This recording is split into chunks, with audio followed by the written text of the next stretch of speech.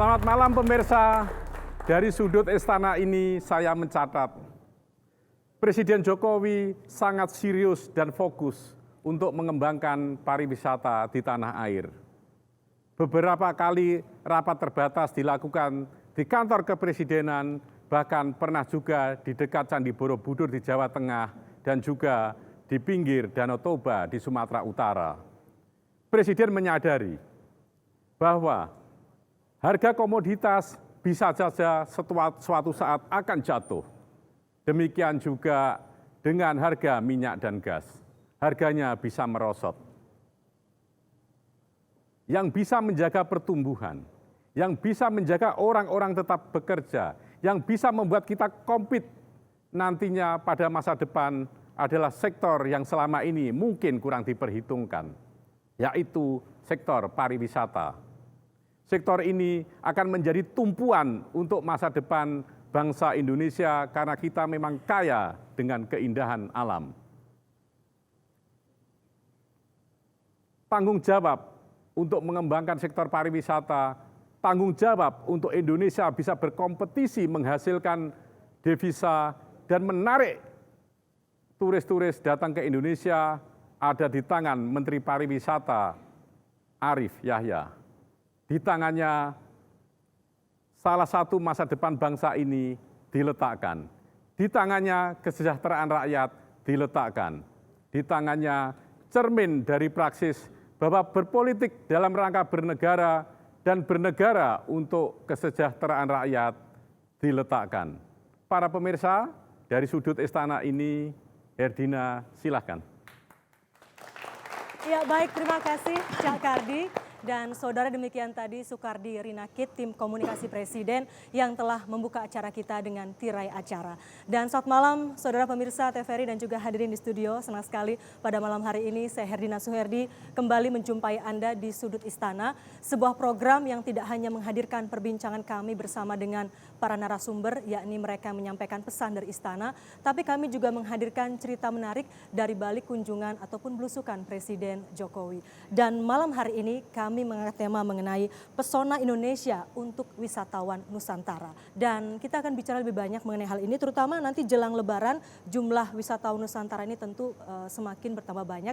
Bersama dengan narasumber kami yang malam hari ini, langsung saja kita undang Menteri Pariwisata Republik Indonesia, Bapak Arief Yahya. Selamat malam Bapak. Malam Dina. Terima kasih Bapak sudah hadir. Kita ngobrol dulu di sini Pak sebentar sebelum saya persilakan Bapak untuk duduk. Jadi Pak, ini jelang Lebaran yang mungkin juga nanti bertepatan dengan libur anak sekolah ya Pak ya. Kemungkinan besar wisatawan Nusantara akan membludak ini Pak. Sejauh ini bagaimana persiapan dari Kementerian Pariwisata, dan kalau kita bicara mengenai angka, berapa banyak sih Pak peningkatan kunjungan ataupun perjalanan wisatawan Nusantara selama ini? Oke, jadi kalau total wisatawan Nusantara sekitar 250 juta kalau mau menghafal. 250 juta? Iya, jadi average per rata-rata per bulannya itu 20 juta. Nah khusus puasa dan lebaran ini ada paradoks nih. Ketika puasa perjalanan menurun separuhnya. Jadi dari 20 juta menjadi 10 juta. Ketika bulan puasa? Ketika bulan puasa. Baik. Tetapi di akhir minggu lebaran ada wisnus jumlahnya 20 juta. Sehingga total puasa dan lebaran 30 juta. Lebih tinggi daripada rata-rata di bulan. Jadi kemungkinan akan ada peningkatan sebesar 10 juta ya Pak ya? Betul. Ini kira-kira grafik yang akan ditampilkan adalah seperti ini. Jadi mungkin ini adalah budaya corporate culture yang tengah diciptakan oleh Bapak di Kementerian Pariwisata, sehingga kemudian bagaimana Kementerian Pariwisata ini sekarang kinerjanya semakin baik gitu ya Pak ya. Nanti kita akan bicara lebih jauh Pak ini mengenai solid, speed dan smart ini, tapi saya tidak sendiri Pak, saya bersama tentu saja dengan Dr. Kusnanto Anggoro. Mas Kusnanto, langsung saja Mas bisa bergabung di sini. Ya, Mas. Selamat datang. Baik, Mas Kusnanto, kalau kita melihat sektor pariwisata ini tadi disampaikan oleh Cak Kardi bahwa selama ini mungkin kurang dilirik ya, tapi sekarang ini semakin digenjot oleh pemerintah untuk bisa menaikkan devisa negara. Ya harapannya saya kira tahun 2019-an akan menyumbang kepada PDB agak besar ya, 8% dan tertinggi. Itu merupakan suatu harapan bagi kita. Dan apalagi di tangan beliau Pak Arief Yahya ini banyak hal yang kita bisa diskusikan. Kita pengen tahu seperti apa sih terobosan yang dilakukan oleh Pak Menteri. Dan beliau ini kan terkenal sangat kreatif, inovatif. Baik. Baik. Unusual way of winning, betul? Iya, Ah. unusual to win. Baik. Bisa cerita lebih jauh nanti ya Pak ya. Oke, siap. Silakan Bapak, monggo Pak. Silakan Pak Arif. Ya, Mas Gus. Jadi tadi Bapak sudah memberikan gambaran ataupun proyeksi. Mungkin kira-kira di Lebaran ini kunjungannya bisa bertambah 10 juta dari Ya. biasanya. Jadi bisa 30 jutaan ya Pak. Sekitar Itu sudah memperhitungkan libur sekolah Pak. Nanti kan bertepatan juga dengan libur anak sekolah. Ya, jadi libur sekolah yang bertepatan dengan puasa itu membuat jumlah kunjungannya menurun. Tapi ketika dia Lebaran terkompensasi. Jadi kalau untuk Wisnus tidak ada isu, malah naik kita. Malah naik selama itu. Ya, yang Wisman bermasalah, terutama dari negara-negara yang mayoritasnya Muslim dan juga seperti Malaysia misalnya. Malaysia drop drastically, bisa 60%. Malaysia itu average 100.000, kalau drop 50%, hilang 50.000. Ketika Lebaran orang Malaysia malah tidak ke Indonesia, jadi tidak terkompensasi. Ya. Oleh karenanya kita harus mencari sumber wisman lainnya. Satu, dari Australia yang tidak sensitif terhadap puasa dan Lebaran, dari China, terutama China bagian selatan. Dan yang paling penting tetap dari border tourism, Singapura yang tidak sensitif terhadap puasa dan Lebaran. Sehingga kita harapkan rata-rata kita akan bisa mencapai 1 juta kalau Wisman per bulan. 1 Kalau juta. Wisnus 20 juta, kalau Wisman rata-rata sebulan itu harus kita pertahankan. Jadi sesuai dengan target yang ditetapkan ya Pak ya? Betul, 12 juta tahun ini, jadi 12 juta. rata-ratanya 1 juta per Itu bulan. peningkatan yang cukup dibandingkan tahun lalu ya. Ya, sekitar 10,3%, 7,8 ya. dan kita harus bandingkan juga dengan pesaing utama kita, Malaysia itu minus 15%. Average ASEAN plus 5%, rata-rata dunia itu 4,4%. Saya ingin mengatakan bahwa pertumbuhan pariwisata Indonesia 2 kali lipat dibandingkan dengan global dan regional. Ini pertanda yang baik. Apa Pak yang sudah dilakukan oleh Kementerian Pariwisata sehingga kemudian angkanya ini bisa surplus bahkan? Rahasia itu. Hah? Jadi nggak boleh kasih tahu dong ya Pak ya? Tapi menarik, Selesai Pak deh Arif, sudah ya. kita ngobrolnya kalau Bapak nggak mau kasih tahu. Tadi ketika dikatakan bahwa laju Rahasia. atau growth-nya itu 2 kali lipat, itu kan sebenarnya kan nilai atau angka yang memang sejak awal Iya. diharapkan untuk bisa mencapai sasaran 8% Iya.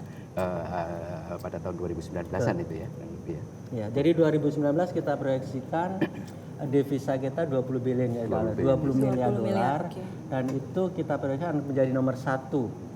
Kalau sekarang nomor 1 adalah minyak dan gas bumi, nomor 2 batu bara, nomor 3 CPO minyak kelapa sawit, nomor 4 pariwisata. Tapi dari keempat ini seperti dikatakan Cak Kardi, 3 ini turun dan di seluruh dunia turun.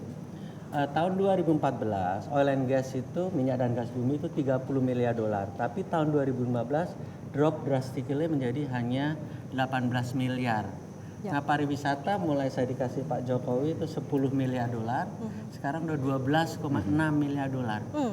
Dengan mudah bisa kita tebak tahun depan udah ketemu minyak dan gas bumi dengan pariwisata. Kita nggak pernah mengira, dari dulu kita ngomongnya gini lah, apa sih industri Indonesia? Minyak, Iya, yang betul. lainnya apa? Non migas. Iya, Jadi pariwisata dan lain itu non minyak. Iya, iya, iya. Nanti mulai tahun 2019 industri Indonesia hanya 2. Satu pariwisata, yang kedua non pariwisata. Luar biasa. Luar biasa. Jadi dengan kondisi ekonomi global yang seperti ini, harapan kita justru terletak pada industri pariwisata itu ya Pak ya. Yang tadi Bapak sebutkan sudah peningkatannya cukup tajam. Tapi Bapak belum jawab pertanyaan saya. Jadi apa yang dilakukan oleh Kementerian Rahasianya Pariwisata, ya. terutama Rahasianya itu di ya. bawah kepemimpinan Bapak ini, sehingga kemudian bisa menggenjot angkanya sedemikian rupa? Gitu. Ini sebenarnya rahasia ini. Satu, target 20 juta bukan target saya. Itu sangat penting saya ucapkan. Target 275 juta bukan target saya juga. Itu targetnya Presiden. Siap. Ketika itu targetnya Presiden, visinya Presiden, saya pakai bahasa Preman lah. Menteri mana yang berani tidak mendukung pariwisata? Betul. Nah, itu rahasianya, nomor 1. Jadi artinya Dan itu pun kita bakukan. Bapak Presiden mengeluarkan Perpres nomor 3 tahun 2016 yang menyatakan salah satu leading sektor di Indonesia dari 5 itu adalah pariwisata. Dan sementara kementerian dan lembaga wajib mendukung leading sektor ini. Nah, itulah yang saya bilang solid. Solid itu adalah Indonesian Incorporated. Kalau kita maju bersama-sama dan tahu portofolio bisnis mana yang harus dipilih, maka pasti bangsa ini menang. Menurut saya, bangsa ini bisa menang kalau di cultural industry. Sorry ya saya katakan, nanti ada mentan di sini. Pertanian susah, kita ngalahin even Thailand. Manufacturing susah mengalahkan China. Jangankan Indonesia, North America, West Europe kalah semua. Ya. Era ketiga, era informasi sudah lewat. Era keempat, cultural industry, bangsa ini bisa bersaing. Jadi tidak sekedar untuk mendapatkan PDB, devisa dan employment, tapi bangsa ini bisa menang kalau di cultural industry. Salah duanya adalah satu pariwisata, yang kedua adalah ekonomi kreatif. Gitu. Bangsa ini kan harus menang. Di mana kita menang? Di cultural industry menurut saya. Nah, ketika kita yakin bahwa cultural industry membuat bangsa ini bisa menang, istilahnya Pak Presiden, DNA-nya bangsa ini seharusnya di cultural industry. Saya setuju. Nah, ketika Pak Presiden menetapkan itu, maka pembantu-pembantunya harus mengalokasikan sumber daya sesuai dengan prioritas yang telah ditetapkan. Contoh anggaran. Jangan sampai kita menetapkan urutannya A, B, C, tapi yang paling tinggi anggarannya D. Ini tidak benar. Di dalam ilmu apapun tidak benar. Alokasi anggaran harus sesuai dengan portofolio industri atau portofolio bisnis yang telah ditetapkan. Baik, jadi kebijakan anggaran sudah mendukung apa yang menjadi visi ataupun misi dari Presiden. Selain itu Pak, modalnya Bapak apa lagi gitu? Selain itu, apakah tadi kan objek wisatanya memang sudah cukup indah, cukup banyak. Bagaimana dengan infrastruktur? Bagaimana dengan SDM-nya? Apakah juga SDM kita sudah cukup mumpuni Pak untuk kemudian membesarkan sektor pariwisata? Itu nanti di strategi, saya jawab juga, tapi saya jawab dulu di spirit. Nomor satu, solid Indonesian Corporated. Nomor dua, speed. Tantangan terbesar bangsa ini adalah kecepatan. Sampai Pak Presiden itu menetapkan tahun 2016 adalah tahun percepatan. Dalam era sekarang, bukan yang besar makan yang kecil, tapi yang cepat makan yang lambat. Dalam pariwisata contohnya, Indonesia kalah dari Thailand, kalah dari Malaysia, even kalah dari Singapura. Kenapa? Mereka negara kecil tapi kecepatannya tinggi. Kita negara besar tapi kecepatannya kecil. Nah, kalau kita tahu ilmu strategi bersaing, kita diferensiasinya bagus, kita fokusnya bagus, kita cost leadership-nya paling murah di dunia nomor 3, price competitiveness. Kelemahan bangsa ini ada di speed. Birokrasi telah mengikat-ngikat dan menjerat kita sendiri. Ada 42.000 aturan yang menjerat kita sendiri. Nah, ini yang nggak bisa dibiarkan. Harus diregulasi besar-besaran. Saya berikan contoh di pariwisata. Semua negara membebaskan visa agar pelayanannya cepat. Malaysia dan Singapura lebih dari 150 negara, kita hanya 15 negara. Belum apa-apa masuk Indonesia sudah susah. Satu. Yang kedua, Yoh kalau masuk Yoh itu perahu pesiar namanya. Itu kalau masuk ke Indonesia 3 minggu, padahal pesaing kita hanya 1 jam. Bagaimana bangsa ini bisa bersaing ketika bangsa ini sedemikian leletnya? Itu yang harus. Dan sebagian persoalan itu terletak di birokrasi atau terletak di birokrasi. Jadi saya harus buka rahasia. Kita itu birokrasi menjadi tujuan. Birokrasi itu menjadi alat, bukan tujuan. Birokrasi ganti sesuai dengan objektif kita, bukan kita bekerja sesuai birokrasi. Yang ketiga, cruise. Kalau datang ke Indonesia tidak bisa embarkasi, tidak bisa naik turun. Sehingga kalau orang Indonesia mau naik cruise harus ke Singapura. Tapi poin saya bukan itu. Anda akan rumit. Poin saya harus dilakukan deregulasi besar-besaran. Persoalan agak serius saya kira, karena kan persoalan deregulasi yang menyangkut katakanlah pariwisata tidak melulu pekerjaan dari Menteri Pariwisata. Misalnya dalam kasus visa kan tidak bisa Menteri Pariwisata menetapkan bebas visa karena ada di tempat lain. Sejauh ini bagaimana itu Pak?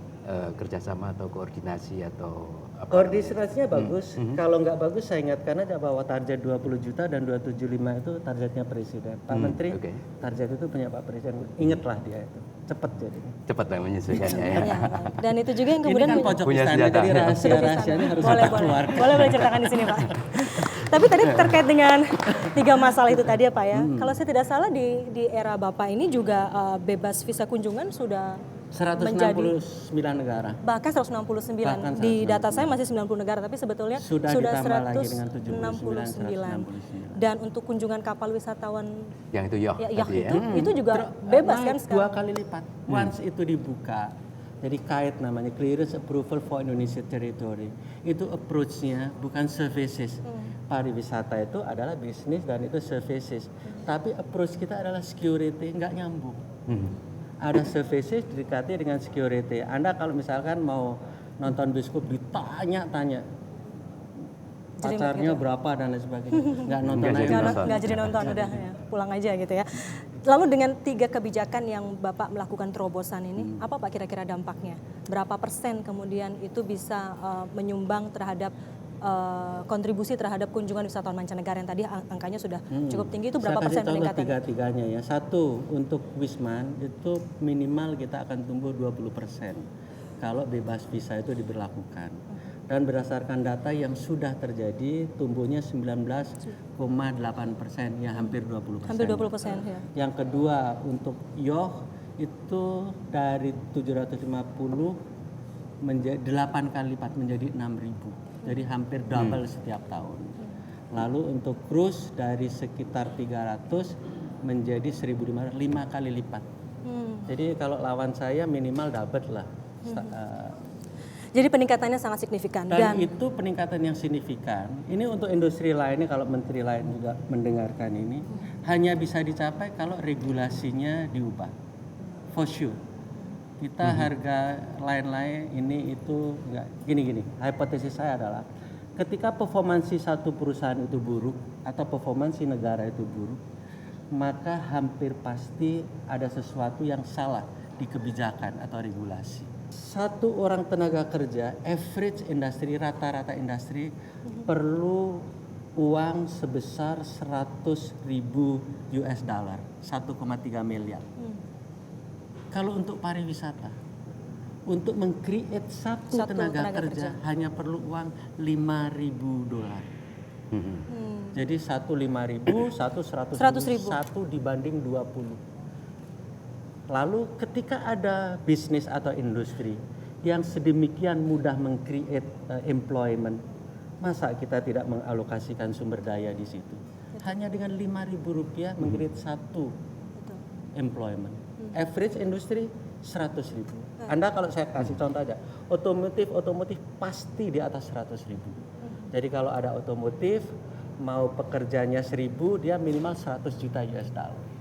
Itu sebagai konsekuensi dari padat creativity mungkin ya. Betul. Sektor kultural atau ya, pariwisata. Dan statistiknya ada. Jadi statistik dikeluarkan oleh WTTC, World Tourism and Travel Council, menunjukkan angka itu, dan itu menjadi hafalan kita. Dan kita harus mengerti ketika mengelola bangsa ini, kita maaf ya, pengangguran 7 juta. Itu sebabnya Bapak banyak dipuji oleh Walid Rifai segala macam itu ya. Iya. Tantangan terbesar Pak Presiden apa? Salah satunya pengangguran. Ya. Kedua kesenjangan, ketiga kemiskinan. Hampir semuanya terjawab dengan pariwisata. Devisa paling mudah menghasilkan devisa. Dari segi ketenaga kerjaan tadi yang bisa diserap, ada diferensiasi nggak antara dari skillnya? Apakah misalnya dari yang rendah, menengah, tinggi? Ada, jadi sama dengan yang biasa, senior manager, manager dan pelaksana. Itu hampir sama. Hampir sama ya. Hampir.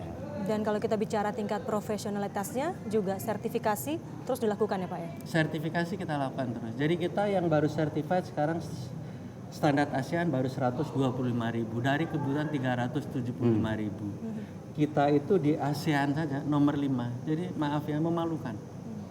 Padahal kalau ingin memenangkan persaingan, orangnya harus bagus. Kita harus invest di people. Oleh karena kita akselerasi 2019 menjadi 4 kali lipat menjadi 500.000. Baru kita bisa nomor 2 setelah Singapura. Baik Pak, nanti kita akan sambung lagi perbincangan kita, tapi kita harus jeda terlebih dahulu. Dan saudara tetaplah bersama kami di Sudut Istana, kami segera kembali. Dan jiwaku kan selalu jaga hidupku, taklukkan segala penjuru, berkibarlah merah putihku.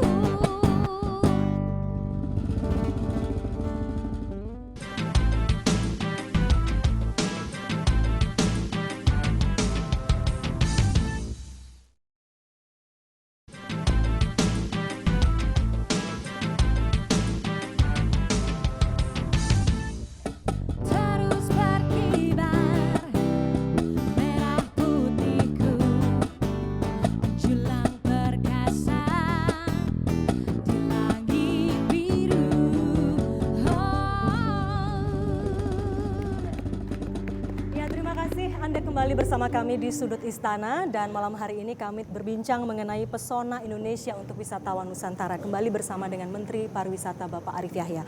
Pak Menteri, selama ini mungkin banyak yang menilai gitu ya Mas Kusnanto juga ya, bahwa problem ataupun masalah Indonesia adalah kita punya objek wisata yang banyak, tapi kesulitan untuk bagaimana mengemasnya dengan baik, lalu bagaimana kemudian mempromosikannya juga dengan gencar. Itu tadi yang Bapak sebutkan juga kan bahwa kita harus lebih cepat, jangan sampai kalah cepat dengan negara lain.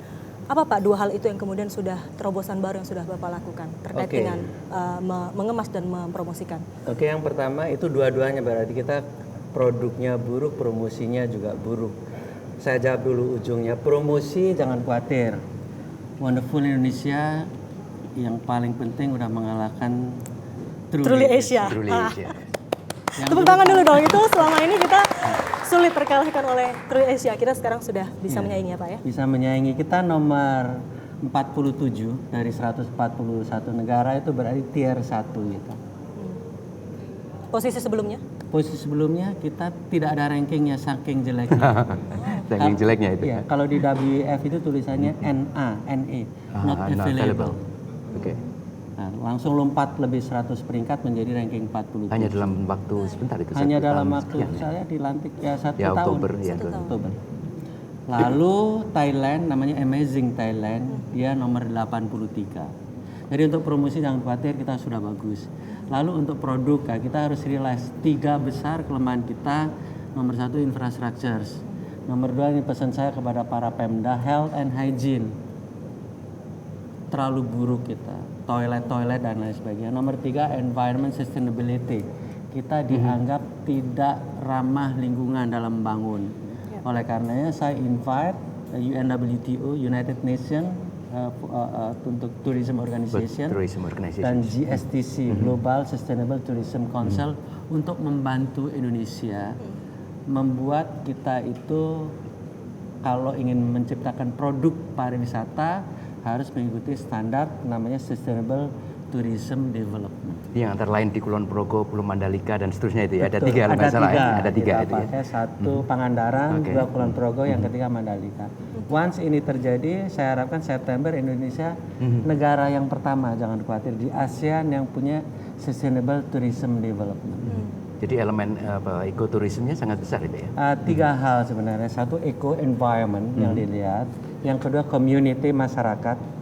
Jadi untuk 2 ini kualitatifnya gini, semakin dilestarikan, semakin mensejahterakan. Jadi untuk lingkungannya harus dilestarikan agar lebih mensejahterakan, untuk community atau cultural seperti itu. Lalu yang ketiga economic value, karena saya menpar harus selalu ada economic value, tidak hanya cultural value. Kalau hanya cultural value, tanyanya ke Pak Anies. Kalau lawan saya harus berapa uang yang saya hasilkan dari culture ini. Gabungan antara cultural value dan commercial value, itulah yang kita kenal dengan industri kreatif atau cultural industry. Termasuk polarity management ya kayaknya. Betul. Ya, tapi katanya Bapak mau bikin 10 objek wisata yang seperti Bali, 10 Bali di Indonesia. Bisa cerita soal itu? 10 Bali baru. 10 Bali baru. Jadi untuk diketahui rekan-rekan semua, 1, kita itu dari 10 juta saya bulatkan aja Wisman, itu 40% ke Bali, 30% ke Jakarta, dan 20% ke Kepri. 9 juta untuk 3 destinasi utama. 1 juta dibagi dengan 500 kota. Padahal potensi kita sedemikian hebat. Saya kasih contoh 1 saja, Borobudur. Borobudur itu demikian hebat. Dia lebih tua daripada Angkor Wat. Dia lebih besar daripada Angkor Wat. Dia lebih dihormati daripada Angkor Wat. Tapi jumlah Wisman yang ke Borobudur hanya 250.000. Sementara yang ke Angkor Wat 2,5 juta. Bagaimana ini bisa terjadi? Dan sebenarnya bukan hanya kita yang butuh ya. Kalau nggak salah waktu di Korea beberapa bulan silam kan mereka juga komplain karena hanya tahu Bali tapi tidak tahu tempat-tempat lain. Betul kan? Betul kan? Betapa seperti itu sampai akhirnya kita mencoba meng-create 10 Bali baru Pak Presiden kita ini. Dan saya bilang ke Pak Presiden, inilah nanti kelak warisan Pak Presiden untuk bangsa ini. Tidak pernah sebelumnya ada presiden yang committed untuk menciptakan destinasi baru. Nah, masing-masing destinasi kalau saya average itu saya rata-rata itu kunjungannya adalah 1 juta. Apa sih artinya 1 juta? 1 juta itu akan menciptakan devisa sebesar 1,2 miliar dolar. Baik, mungkin kita mau ngobrol dulu dengan Putri Pariwisata silakan. dulu ya. Silakan Putri bisa Pariwisata dulu, diperkenalkan namanya Putri Pariwisata Indonesia 2015. Ya. Halo, saya Digna Faradiba, Putri Pariwisata Indonesia 2015 yang terpilih bulan November tahun lalu yang akan selesai sampai dengan bulan September tahun ini. Jadi masa kerjanya dari November lalu sampai dengan September. Tadi dengan siapa namanya? Digna. Digna ya. Kira-kira tugas utama dari Putri Pariwisata itu apa, Mbak? Dan apa tantangannya dalam mempromosikan pariwisata di Indonesia? Tugas utamanya sama seperti Kementerian Pariwisata, mempromosikan pariwisata di Indonesia. Kebetulan beberapa bulan lalu saya baru student exchange di Malaysia selama 2 minggu dan ada 59 delegasi yang berpartisipasi dan saya mendapatkan support langsung dari Pak Menteri dari Kementerian Pariwisata untuk membawa goodie bag yang berisi souvenir-souvenir mengenai Wonderful Indonesia dan saya bagikan itu kepada 59 delegasi dari 7 negara. Dan di farewell-nya saya menjelaskan tentang Indonesia dan mereka sangat excited dan terbukti delegasi dari China itu datang ke Malaysia bulan lalu karena saya menjelaskan di Bali. Gitu. Jadi teman-teman yang dibagikan itu juga mereka tertarik untuk nanti datang ke Indonesia gitu ya. Dan mereka itu bilang Indonesia you are so kind dan karena tuan rumah Malaysia sendiri itu tidak membagikan apa-apa kan kata Pak Menteri kita harus mengalahkan tetangga. Jadi itu target saya di Malaysia, saya menjelaskan Indonesia dan alhamdulillah berhasil juga. Nanti insya Allah bulan Desember saya akan mewakilkan Indonesia di ajang Miss Tourism Internasional yang nanti akan berpartisipasi 75 negara. Dan nanti saya minta supportnya juga dari kementerian untuk lebih memperkenalkan Wonderful Indonesia. Karena yang terpenting adalah branding ya Pak. Termasuk mempromosikan 10 destinasi baru itu ya. Betul. Baik, sekarang mungkin terima kasih Mbak Dikta, silakan sebelahnya. Nama saya Ulan. Saya merupakan third runner-up Putri Pariwisata Indonesia 2015 selaku Miss Sport Tourism Indonesia. Lalu selama hampir setahun sudah menjalankan tugas sebagai Miss Sport Tourism, apa yang paling berkesan? Sebenarnya dari dalam diri sendiri, bentuk olahraga ini merupakan satu hal yang seharusnya kita penuhi di keseharian. Tapi ini merupakan kesempatan di mana melalui olahraga kita dapat menarik antusiasme turis-turis mancanegara ataupun Nusantara untuk mengunjungi Indonesia. Bukan hanya lewat laut, bukan hanya lewat darat, tapi melalui olahraga yang mereka bisa lakukan di setiap harinya. Ini bisa meningkatkan kunjungan wisatawan-wisatawan asing. Sehingga contohnya saja melalui Jakarta Marathon di tahun 2014.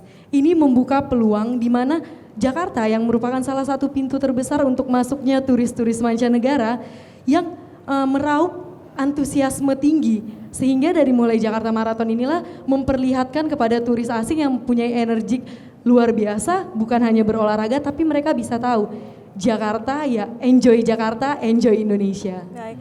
Lalu kalau Miss Sport Tourism itu juga harus suka olahraga nggak? Atau mungkin ada olahraga tertentu yang digemari? Pastinya, olahraga merupakan salah satu kunci pasti untuk mempercantik diri. Oh, gitu ya? Nah, seorang Miss Sport Tourism bukan hanya ingin mempercantik diri, tapi untuk hidup sehat, hidup teratur itu merupakan salah satu kunci di mana olahraga harus kita barengi dengan pola hidup yang sehat. Dan bukan hanya Miss Sport Tourism, tapi seluruh masyarakat Indonesia harus mengedepankan yang namanya olahraga dan hidup sehat. Baik. Jadi mulai sekarang saya harus sering olahraga Pak Mas ya. Jangan sampai nggak olahraga gitu. Ya silakan yang sebelahnya ini Miss Pariwisata Marine Tourism. Ya. Halo, selamat malam. Nama saya Delvia Wirajaya, first runner-up Putri Pariwisata Indonesia 2015 dan juga sebagai Miss Marine Tourism 2015. Baik, panggilannya? Delvi. Mbak Delvi ya. Mbak Delvi, Indonesia kan kaya ya dengan akan wisata bahari ya. Betul Apa sekali. sih yang paling diunggulkan oleh Indonesia saat ini untuk wisata baharinya? Kalau wisata bahari Indonesia itu sebenarnya produknya bagus sekali ya. Tapi yang paling dikenal untuk dari wisatawan mancanegara adalah Bali. Makanya Pak Arif Yahya sendiri mau membuat 10 Bali baru. Jadi yang pernah saya kunjungi salah satunya adalah Kepulauan Seribu. Dalam untuk pengembangannya sendiri saya lihat sudah sangat bagus Pak. Karena waktu saya diving di sana saya tanya kepada trainer saya, Bu, emang setiap hari lihatnya seperti ini Bu? Katanya dulu nggak bisa lihat kalau cuman jaraknya setengah meter aja nggak bisa lihat apa-apa. Tapi waktu saya diving di sana 10 meter pun masih kelihatan. Jadi untuk pengembangannya jauh lebih bagus saat ini. Baik, lalu selain Kepulauan Seribu, daerah mana lagi di Indonesia yang sebetulnya dia bisa dibilang hidden treasure tapi belum dikenal banyak orang?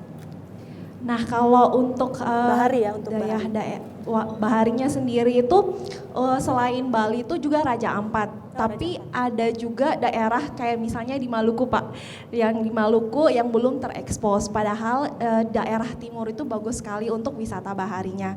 Makanya kita sebagai Putri Pariwisata juga harus lebih mensupport untuk promosinya supaya orang itu tahu bahwa di Indonesia bukan cuma Bali, tapi juga ada daerah lainnya. Baik, terima kasih dan kita beri tepuk tangan untuk 3 putri kita.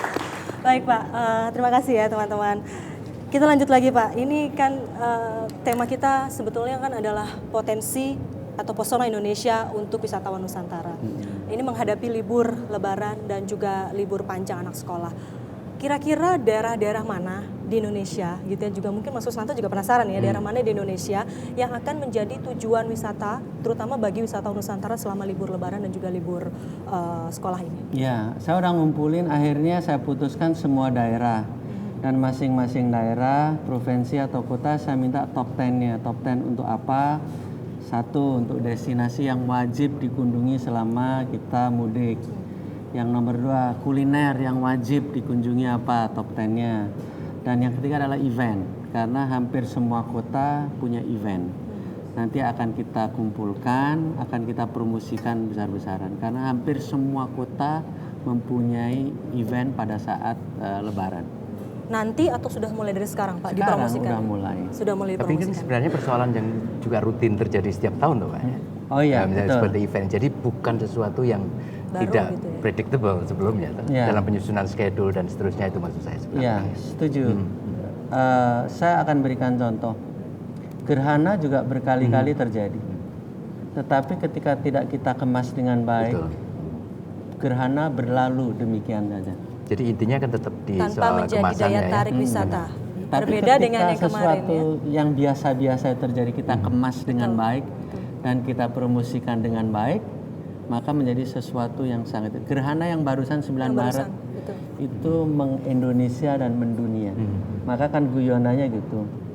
Ketika presidennya Pak Jokowi terjadi gerhana besar, dari dulu juga Jika ada gerhana ya. poinnya kita harus kreatif. Sesuatu yang sama kita kemas dan promosikan dengan cara yang kreatif, value-nya akan berbeda. Iya, iya. Dan Bagaimana? itu akan melekat mempromosikan ini loh. Ini yang datang 20 juta diaspora, saya pakai bahasa jelas, manfaatkan mereka untuk mempromosikan daerahnya. Udah pasti mereka akan mati-matian mempromosikan daerahnya. Jadi saya buka rahasia ya, ada Don di sini. Dia membuat tim provokator untuk mempromosikan setiap daerah. Melalui semua sosial media. Misalkan hashtagnya Pesona Lebaran Solo. Nah, dipancing orang Solo pasti naik, Semarang naik dan lain sebagainya. Poinnya semuanya disenariokan. Semuanya diskenariokan. Jadi harus direncanakan ya Pak, ya, disiapkan. Kemenangan itu direncanakan. Kemenangan direncanakan. Wah. Kalau tidak direncanakan, itu namanya achievement toh. Iya, Kalau betul. tidak direncanakan Tidak namanya benar, untuk kebetulan. luck. Iya. Kita sudah bicara pencapaian, lalu apa Pak kira-kira target yang masih belum bisa dicapai oleh Kementerian Pariwisata hingga saat ini? Ya. Ada nggak Pak? Targetnya semuanya belum dicapai. Kalau untuk year to date istilahnya semuanya tercapai. Jadi contoh target sampai dengan April 3,2 targetnya kita sudah tercapai 3,5, lebih dari 300.000. Ya. Saya nggak sabar aja ingin cepat-cepat mengalahkan Malaysia gitu. Jadi Pak kalau semua target itu sudah tercapai berarti sekarang udah tinggal duduk-duduk manis dong ya Pak ya? Enggak. Enggak, oh masih terus Target kerja keras. nomor 1 tadi Ya tadi tuh, pokok dari kesimpulannya saya simpulin aja sendiri. Ya, monggo Pak. Industri itu hanya ada dua, nomor satu pariwisata, yang kedua non pariwisata. Itu yang masih mau Bapak Tapi kejar ke yang depan. saya agak risau Pak Arif ya, kan pariwisata tidak berdiri sendiri. Misalnya tadi ada beberapa unsur yang disebut, satu adalah infrastruktur, yang itu pekerjaan kementerian lain misalnya. Kedua saya kira mau tidak mau kita harus berurusan juga dengan BUMN. Nah ini kan agak apa ya, bukan agak susah, tapi maksud saya terkait dengan planning, koordinasi dan seterusnya itu kan tidak semudah pengemasan, yang itu memang urusan Menteri Pariwisata saja. Gimana menyelesaikan itu Pak, rahasianya? Rahasianya kalau boleh satu, the CEO commitment. Ketika CEO-nya committed, everything goes very easy. Ketika bahasa lebih sederhananya, ketika presidennya committed, semuanya akan gampang. Nah, kita sebagai staff harus mengamankan secara kesisteman. Saya kasih contoh, Perpres nomor 3 tahun 2016 itu melindungi itu. Di situ dinyatakan pariwisata itu adalah sektor unggulan dan sektor leading sektor, leader. Ketika dia leading sektor, maka satu-satu disebut PUPera harus mendukung. Dan teman-teman KL lainnya, kementerian dan lembaga lainnya dengan tenang dia bekerja karena ada instruksi. Jadi selain spirit dari presiden, kita juga membuat sistemnya. Juga ada senjatanya ya. Sudah ada Perpres senjata, tadi juga ya. ada Perpresnya. Membuat sistem yang terobosan baru ini di Kementerian Bapak sendiri, itu kan mengubah budaya yang mungkin sudah lama. Itu sulit nggak Pak untuk mengubah? Sulit. Lalu gimana Pak caranya kalau memang itu sulit? Bagaimana caranya untuk mengajak semua pihak mau yang ikut dalam paling sistem? susah dari rekan-rekan PNS ini, birokrasi dijadikan tujuan. Padahal pariwisata itu adalah bisnis, industri ya, sektor pariwisata, dia bisnis. Maka yang lebih tepat bukan budaya birokrasi, tapi budaya korporasi. Jadi kita harus sadarkan itu teman-teman. Nah yang saya terapkan sekarang adalah budaya korporasi. Solid, speed, smart itu semuanya budaya korporasi. Jadi soliditas. Untuk membuat solid kita harus punya common enemy. Udah saya set common enemy kita, emosionalnya adalah Malaysia, profesionalnya adalah Thailand. Maka udah saya target kita mengalahkan Malaysia tahun 2017, mengalahkan Thailand tahun 2019. Ingat kemenangan itu direncanakan. Untuk speed, deregulasi besar-besaran. Saya membuat tim deregulasi pariwisata. Jadi minggu ini selama puasa 15 regulasi terkait pariwisata akan kita deregulasi. Lalu smart, untuk pertama kalinya mungkin satu mengutamakan yang utama, yang kedua kita menggunakan digital. Jadi digital itu sakti lah, saya kasih contoh aja. Nanti kita kalau menghitung Wisman, saya harus menunggu sebulan. Menghitung Wisnus, saya harus menunggu 3 bulan dari BPS. Nanti tidak perlu terjadi. Real time saya akan tahu berapa jumlah Wisnuan dan Wisnus di Indonesia. Musuh nggak ada yang bisa seperti ini. Nah, siapa yang sekarang lebih smart, pasti dia akan lebih mudah memenangkan persaingan. Tapi lebih dari itu adalah budaya korporasi yang kita terapkan kepada Kemenpar. Jadi saya, seperti CEO, setiap minggu saya menulis CEO message untuk teman-teman. Inilah yang harus dilakukan. Bagaimana GE itu hebat, bagaimana IBM itu hebat, bagaimana Thailand itu hebat. Terus saja saya gitu kan dengan global standard. Mempertahankan semangat dan komitmen yang sama itu sebenarnya agak susah gitu ya Mas Kusnanto, dan itu terbukti bisa dilakukan. Kita jeda kembali, kita harus iklan terlebih dahulu, dan saudara tetaplah bersama kami di Sudut Istana. Kami akan segera kembali saat lagi. Dan jiwaku kan selalu jaga hidupku, taklukkan segala penjuru, berkibarlah merah putihku.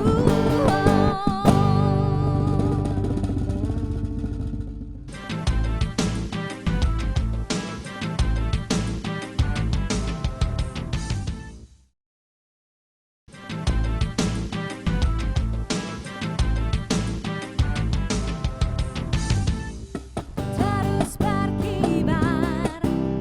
merah putihku, menjulang perkasa di langit biru.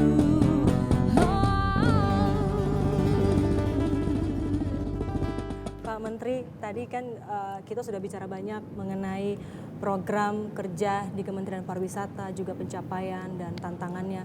Lalu yang ingin kami juga tahu di Sudut Istana ini adalah apa sih cerita menarik dari Bali kunjungan Presiden? Mungkin yang pernah Bapak ikut serta dalam kunjungan Presiden ataupun belusukannya Presiden. Apa Pak? Ada cerita menarik apa Pak kira-kira dari sini? Yang pertama menunjukkan komitmen. Jadi dengan beliau datang ke Danau Toba, hampir semua beliau udah datang. Danau Toba, Tanjung Kelayang, Tanjung Lesung, kalau Jakarta ya udahlah sehari-hari. Lalu Borobudur, Mandalika, Raja Ampat. Hampir semua sudah didatangi. Itu menunjukkan komitmen seorang pemimpin. Yang paling mahal adalah itu. Jadi kalau presidennya aja udah datang, belum presiden datang, saya minimal 3 kali udah datang. Betul. Anak buah saya mungkin udah 30 kali. Betul. On the right track. Jadi semuanya selain semangat kita tinggi ya, PMS kita akan, project management kita akan sangat ketat dengan ini. Tapi yang paling tinggi nilainya adalah menunjukkan komitmen seorang CEO. Baik, sosok yang komit dan juga taktis dalam berbicara, ini juga yang melekat di pribadi Pak Menteri. Itu yang saya dapat infonya dari teman-teman di Kementerian Pariwisata waktu kami tanya beberapa waktu yang lalu, Pak Menteri itu seperti apa sih orangnya gitu ya. Lalu mereka dengan hampir bersamaan menjawabnya taktis bicara dan komit terhadap pekerjaan, bahkan katanya seringkali di kantor sampai dengan jam 3 pagi. Kenapa harus begitu Pak? Kenapa sampai hampir subuh ada di kantor? Nanti nggak lama lagi juga beberapa jam kemudian juga harus kembali lagi ke kantor lagi gitu kan? Pemimpin itu tidak akan pernah tidur sebelum apa yang dimimpikan tercapai. Idealnya begitu ya Pak? Dan itu yang Bapak lakukan? Dan beliau kan sebenarnya bukan hanya kali ini begitu, sudah sejak lama. Sejak lama. Begitu. Maka kita harus punya mimpi. Jadi yang menarik sebenarnya kan beberapa sisi. Satu yang terkait dengan komitmen. Dan itu bukan hanya Pak Menteri, karena Pak Jokowi juga mempunyai komitmen besar ketika membentuk Kementerian Pariwisata. Kan baru pertama kali ini sendirian kan. Sebelum itu kan selalu merupakan bagian dari digandeng dengan yang lain, kementerian yang lain. Dan kedua saya kira mungkin background juga penting Pak Arif ya. Background pekerjaan dulu misalnya sebelum ini kan selalu menunjukkan komitmen di telekomunikasi. Betul. Selalu bangun pagi, bukan selalu tidur pagi. Tidur pagi dan nggak lama tidur beberapa jam kemudian bangun lagi gitu ya. Jadi itu tadi belum bisa tidur kalau mimpi yang diimpikan belum bisa tercapai.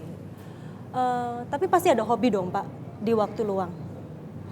Apa Pak hobinya? Hobinya dengerin musik. Dengerin musik. Okay. Olahraga. Nyanyi Pak? Enggak. Masa Pak? Enggak, sumpah enggak. Saya dengar dari teman-teman di pariwisata, Bapak katanya suka nyanyi loh. Enggak, bohong gitu. Yang bener Pak. Ini kita infonya kuat sekali nih dari Bapak seringkali di beberapa acara di Kementerian Pariwisata itu Bapak menyanyi. Boleh dicoba. Boleh dong Pak, di sini juga. Di sudut istana Pak. Ya mari kita berikan tepuk tangan untuk Menteri Pariwisata Bapak Arif Yahya. Silakan Pak.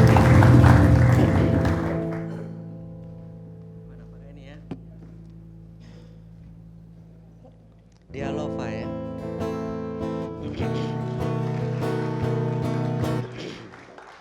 Aku ingin menjadi mimpi indah dalam tidurmu. Aku ingin menjadi sesuatu yang mungkin bisa kau rindu. Karena langkah merapuh tanpa dirimu. Oh, karena hati telah letih. Aku ingin menjadi sesuatu yang selalu bisa kau sentuh. Aku ingin kau tahu bahwa aku selalu memujamu. Tanpamu sepinya waktu merantai hati. Oh, bayangmu seakan-akan kau seperti nyanyian dalam hatiku yang memanggil rinduku padamu. Seperti udara yang ku hela, kau selalu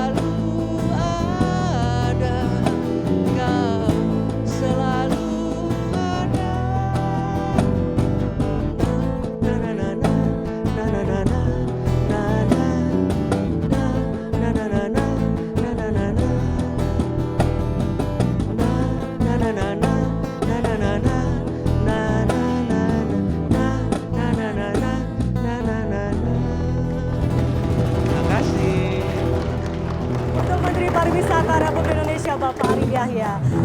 Bagus sekali Pak, kita tadi terkesima dengar lagunya Dealova ya Pak ya judulnya. Dealova. Sekali lagi terima kasih Bapak Terima sudah kasih. berbincang bersama Terima kami, kasih, juga Dina. sudah bernyanyi di sudut istana. Mudah-mudahan mimpi Bapak akan sektor pariwisata di Indonesia di kemudian hari bisa tercapai. Terima kasih. Terima kasih Terima Pak. kasih sekali. Dan ini menjadi akhir perbincangan kita Mas Kusnanto Ya, di sudut ada istana, dikembalikan tapi kepada kita harus kembali rekan bergabung Kartini lagi bersama ya. dengan ya Cak Kardi. Cak Kardi. Cak Kardi, silakan ada cerita menarik apa lagi dari balik kunjungan Presiden Jokowi? Ya, Herina terima kasih. Para pemirsa, saya hampir selalu ikut kunjungan kerja Presiden ke daerah. Dan peristiwa-peristiwa kecil di balik belusukan Presiden itu saya catat secara detail. Salah satunya adalah ketika tahun baru pada 2016 lalu, termasuk Pak Menteri Pariwisata, kami pergi ke Raja Ampat, Papua. Sesibuk apapun Presiden, kalau saat sholat tiba, beliau langsung belok dan masuk ke masjid. Menjadi menarik ketika kami dengan sepatu boot harus tergesa-gesa masuk ke masjid, wudhu, dan mengikuti Presiden. Persoalannya bukan di situ. Persoalannya adalah setelah sholat, ini menjadi pertanyaan menarik. Kira-kira Presiden memakai sepatunya itu di mana? Apakah disediakan kursi khusus atau hanya di tangga?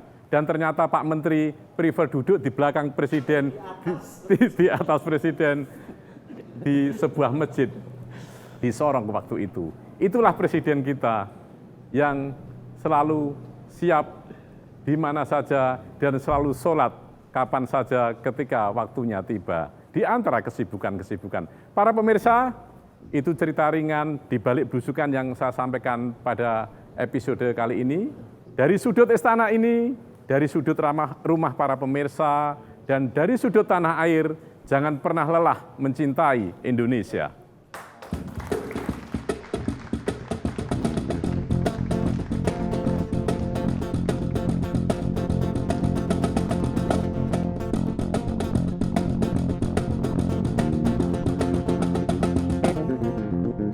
Maju terus